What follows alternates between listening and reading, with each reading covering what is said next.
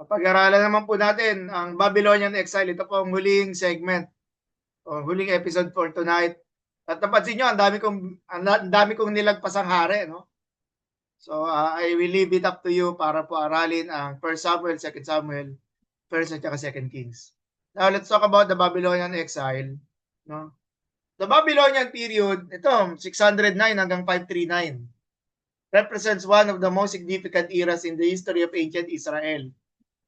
Though relatively brief, this period fundamentally transformed the religious, political, and cultural identity of the Jewish people.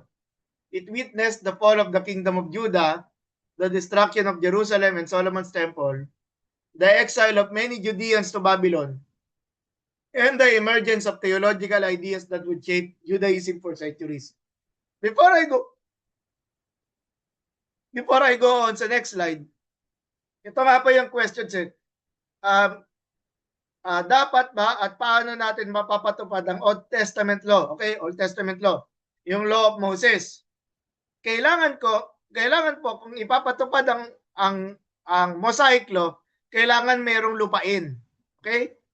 Merong lupain at ang nag-aari dito ay kings ng Israel, which is when the Babylonian period came, na-destroy ang temple, na-destroy ang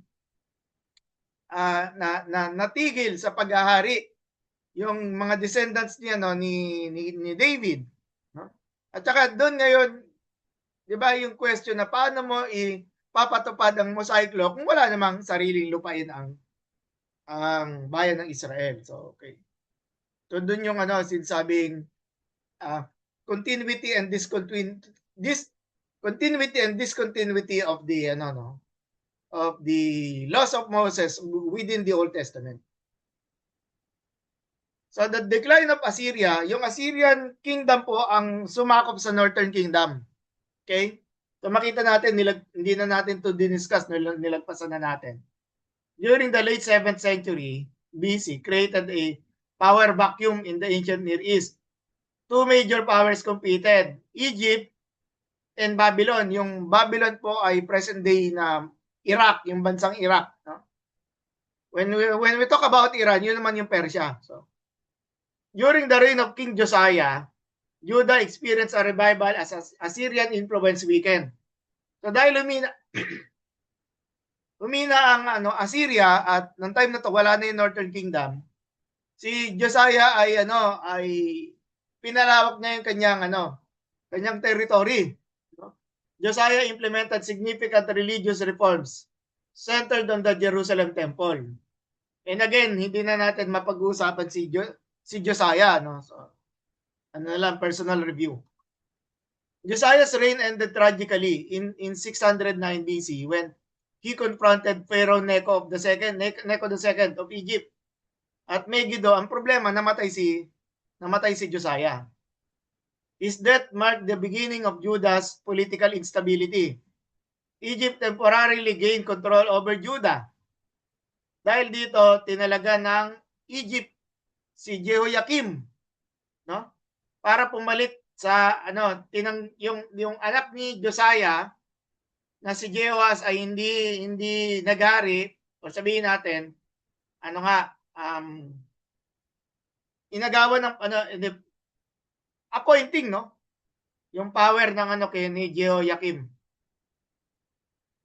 The decisive turning point occurred in 605 when Crown Prince Nebuchadnezzar of Babylon defeated Egypt at the Battle of Carchemish. So dito, dahil nagwagi ang Babylon laban sa Egypt, no? So dapat sana ang pamumuno ng Jerusalem at ng Southern Kingdom ay under na ng Babylonians, no? This victory established Babylon's dominant power in the Near East and fulfilled Jeremiah's warnings regarding Babylon's rise. Following Carchemish, Nebuchadnezzar systematically consolidated Babylonian control over Syria, Palestine. Major cities such as Ashkelon were destroyed, demonstrating Babylon's military. Kasi may mga fortresses sa Ashkelon and discouraging rebellion among smaller states. Initially, Jehoiakim submitted to Babylonian authority but later rebelled. At yun yung naging cause ng pagbagsak ni Jehoiakim. So there was a first deportation. In response to Judah's rebellion, Nebuchadnezzar launched a military campaign against Jerusalem. No, 598 hanggang 597. Jehoiakim died during the crisis and his son Jehoiakim inherited the throne. Recognizing the hopelessness of resistance, Jehoiakim surrendered to the Babylonians. At dahil dito, nangyari yung first deportation. The consequences were severe. Jehoiakim, members of the royal family, military leaders, skilled craftsmen, priests, and many influential citizens were deported to Babylon. Among the exiles was the prophet Ezekiel. Temple treasures and royal wealth were confiscated and transported to Babylon. So this was the first. Si Ezekiel belonged to the first deportation, first sequences of deportation. Now on the second, at saka yung follow-up, Jerusalem, including the destruction of the temple, ito. Nebuchadnezzar installed si Zedekiah, Jehoiakim's uncle, as a puppet king.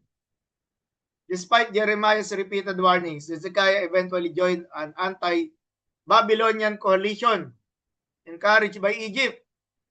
Kaya noon sa open rebellion, no, ay pinaligiran, no, kubkub yung malalim na Tagalog, no, kinubkuban yung Jerusalem, pinaligiran, at the siege lasted approximately 18 months. Matagal to, no?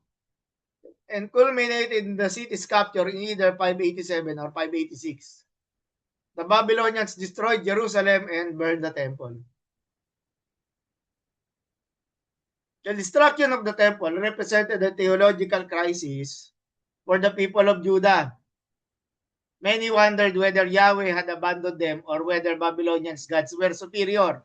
Kasi nga, di ba?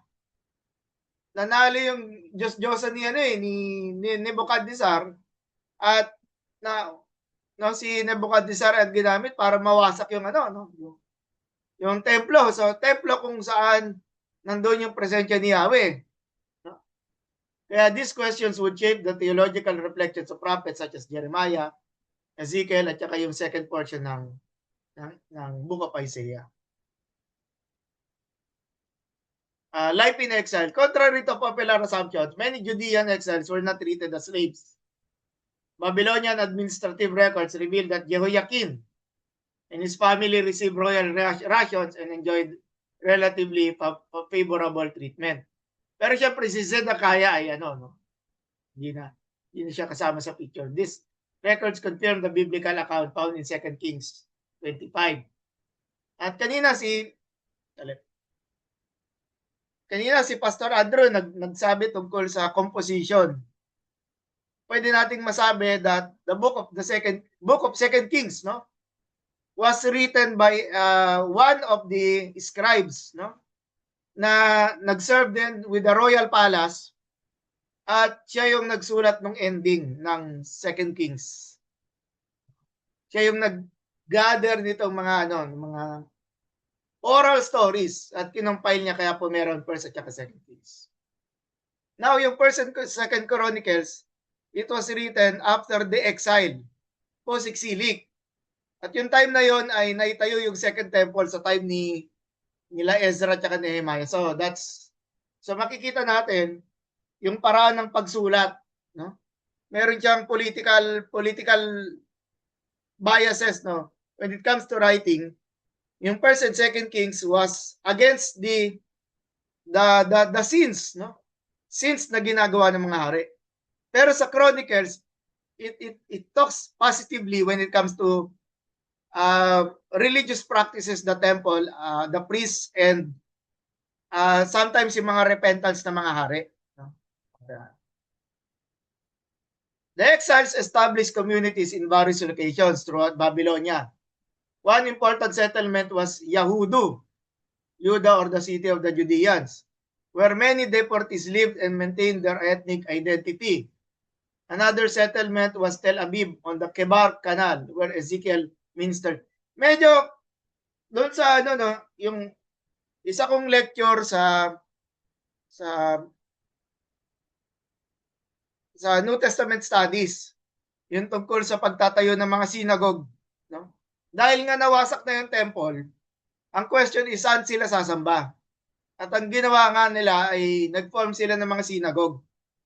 Yung synagogue ay binubuo ng 10 families, no? 10 tatay na mag-gather together, mag-agree para, syempre pupunduhan nila yon kaya nakakapagtayo ng mga synagogue. At doon sila sumasamba, doon nila pinag-aaralan ng salita ng Diyos, no? Kahit sila kasi nga walang temple no? Walang temple. So dahil ang layo-layo ng Jerusalem, no? At winasak nga yung city. So ano pang babalikan nila doon? So doon sa life in exile na doon nagsimula yung mga synagogue. At during the time ni Apostle Paul, di ba? Ang daming synagogues na kanyang pinupuntahan, no? At doon pinapangaral ang mabuting salita tungkol kay Jesus Christ.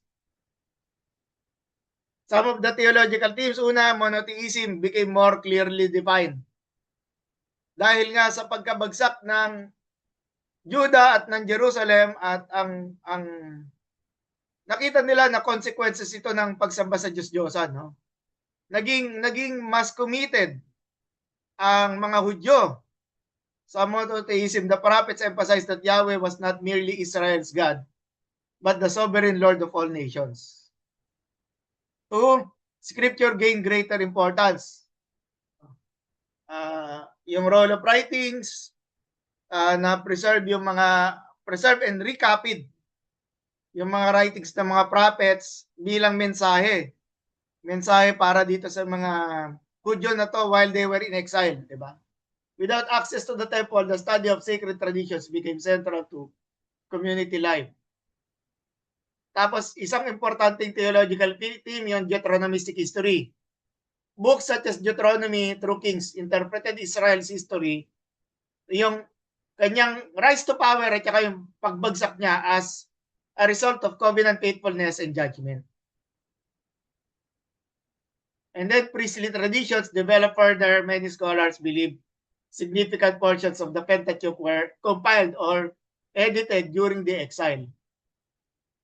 By this time, nagbago rin yung form of writing nila. Wala na dun yung matandang Hebrew. We call it the Paleo Hebrew. At pasensya po kayo, hindi po ako marunong magbasa ng Paleo Hebrew. Pero during this time, dahil they were under the Babylonian rule, yung Aramaic script po, na kung saan yun yung ginagamit sa present day Israel, yung Aramaic script, yun po yung tinatawag na biblical Hebrew, no? Yan, Aramaic became widely used, the Babylonian calendar was adopted, and the square Hebrew script gradually replaced older forms of writing. So the Babylonian period was far more than a political episode in Israel's history. It marked the collapse of the Judean monarchy, the destruction of the first temple, and the displacement of a significant, ito po yung deportation. Yet it also became a period of profound spiritual renewal kasi naging repentant, no? Yung mga Hudyo, and theological reflection. The Babylonian period was far more than a political episode. It marked the collapse of the Judean, Through suffering and displacement, the exiles developed new understandings of God's sovereignty, covenant faithfulness, and the identity of God's people. The foundations of Judaism were largely shaped during this period. Kaya po,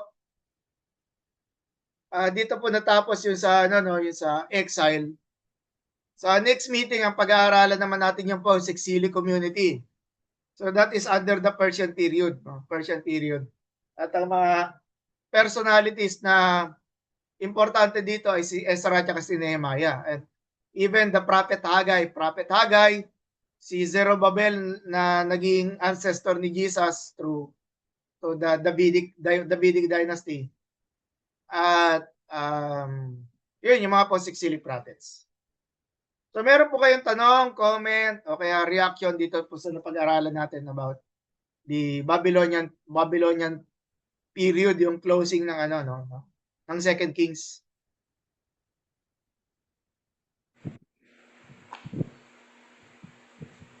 Pastor, parang ano, reaction lang ano. Of course, sige po. Apo, because of their exile, wala silang land, wala silang, yung religion nila, parang hindi na nag-exist, so they have to put up synagogues. Pero seemingly, dahil sa kanilang pagka-exile, doon pa sila natauhan po, no? Parang doon pa sila nagkaroon ng revival nung nawala sila sa kanilang, ano, Mm. nasa, Opo, wala sila sa kanilang land. opo. Pero bibigyan natin ng credit na hindi pa nila alam na ibabalik sila. Hindi pa nila Yes alam po. 'yon, ba? Mm-mm. Kasi during the time ni Ezra at ni Nehemiah, doon natin masasabi na fully yung sinasabi niya Pastor Andrew ay mas na organize. Pero tama po kayo. Yung ano nila, yung learnings nila sa pamamagitan ng ano ng mga malulungkot na moments, yan. And that was exile, ganyan. Okay, thank Pastor, you po actually, dun sa yes. yung nausong kanta ngayon, yung The Rivers of Babylon, Mm. ewan ko kung aware kayo doon. Parang something disco siya, pero doon na-derive yun eh, yung sa Rivers of Babylon na doon sila, pumunta sila sa bank of the Rivers of Babylon, doon sila umiiyak, yearning to get back to their land. Something Mm. ganun po, Pastor. Opo, opo. Thank you po, Salamat, Pastor. salamat. Thank you po. Opo, opo. At ano nga, yung ano, no, ah, yung pagtatatag nila ng synagogue is a display of their ano of their repentance eh. Is a display of their repentance. So salamat doon sa ano na yun, yung sa reflection na yun na galing kay Pastor Andrew. Meron pa po?